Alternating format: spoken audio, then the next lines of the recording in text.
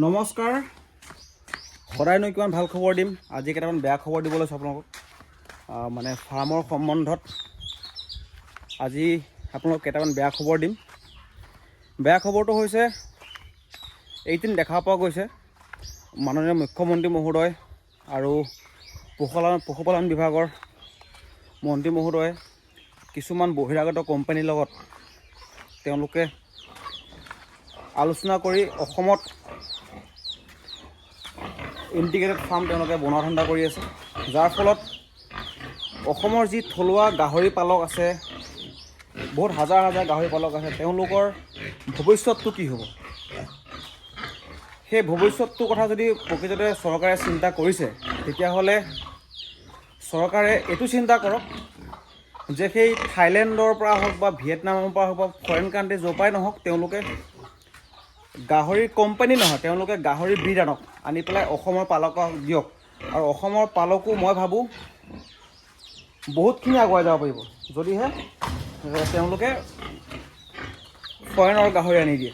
কিন্তু অতিকৈ দুৰ্ভাগ্যজনক এটা কথা, যি সময়ত চৰকাৰে পথাৰ আমাৰ বজাৰ আমাৰ বুলি দম্ভালি মাৰি চৰি থকা দেখা যায়, যে আমাৰ নিবনুৱা লোকসকলে কাম কৰি চলিব, নিবনুৱা লোকসকলে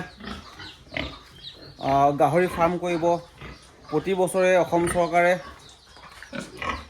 কোটি কোটি টকাৰ আঁচনি দি আছে, যিখিনি আমাৰ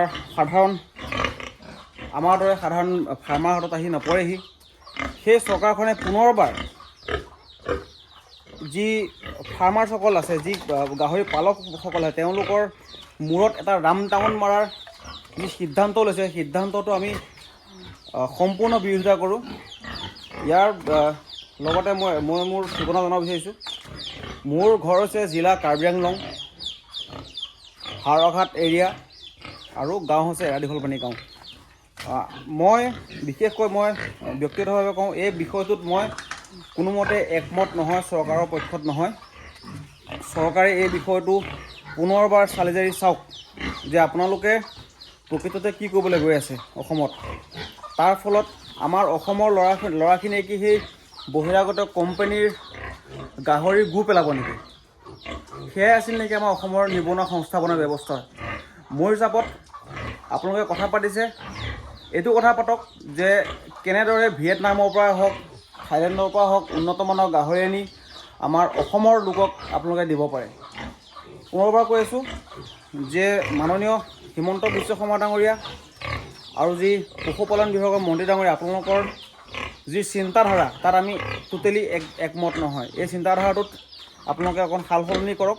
কিয় কৈছোঁ, আজি আপোনালোক মন্ত্ৰী MLA হয়, আপোনালোকৰ টকা পইচাৰ অভাৱ নাই, আপোনালোকে জীৱন চলি যাব, আপোনালোকৰ প্ৰজন্ম চলি যাব। কিন্তু আমাৰ দৰে যি ফাৰ্মাৰসকল, আমাৰ নিচিনা অসমত হাজাৰ হাজাৰ ফাৰ্মাৰ আছে, তেওঁলোকৰ ভৱিষ্যতটো কোনে চাব? যদিহে আপোনালোকে প্ৰকৃততে তেওঁলোকৰ ভৱিষ্যত যদি আপোনালোকে চিন্তা কৰিছে, বা অসমৰ নিবনুৱাসকলৰ ভৱিষ্যতৰ কথা চিন্তা কৰিছে প্ৰকৃততে আপোনালোকে, তেতিয়াহ'লে আপোনালোকে এই যি সিদ্ধান্ত, আপোনালোকে সিদ্ধান্ত সলনি কৰি অসমৰ পালকক তাৰ পৰা ভাল ব্ৰীড আনি পেলাই সেয়া দিয়ক। অসমৰ পালকক যেতিয়া ভাল ব্ৰীড আনি দিব, তেতিয়া চাব অসমৰ পালকসকল আৰু অধিক আগুৱাই যাব।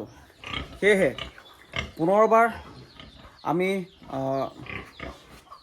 জনাইছোঁ যে আপোনালোকৰ যি বাহিৰৰ কোম্পানীক গাহৰিৰ যি ফাৰ্ম গতাই দিয়া চিন্তা কৰিছে, সেইটো আমি একমত নহয়।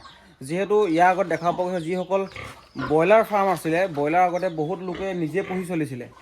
এতিয়া কোম্পানী অহাৰ পৰা সেই যি ব্যক্তিগত ফাৰ্মাৰ্ছসকলে টিকিব নোৱাৰা হৈ গ'ল। আপুনি চাব পাৰে, ব্যক্তিগত ফাৰ্মাৰ্ছসকলে টিকিব নোৱাৰা হৈ গ'ল।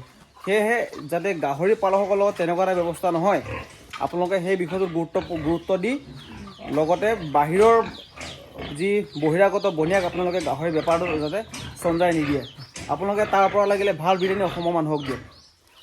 আৰু যদিহে এই ভিডিঅ'টো আপোনালোকে চাই আছে, শ্বেয়াৰ কৰক, যাতে এই ভিডিঅ'টো গৈ মুখ্যমন্ত্ৰীৰ লগতে আমাৰ পশুপালন বিভাগৰ মন্ত্ৰীৰ দৃষ্টিগোচৰ হয়।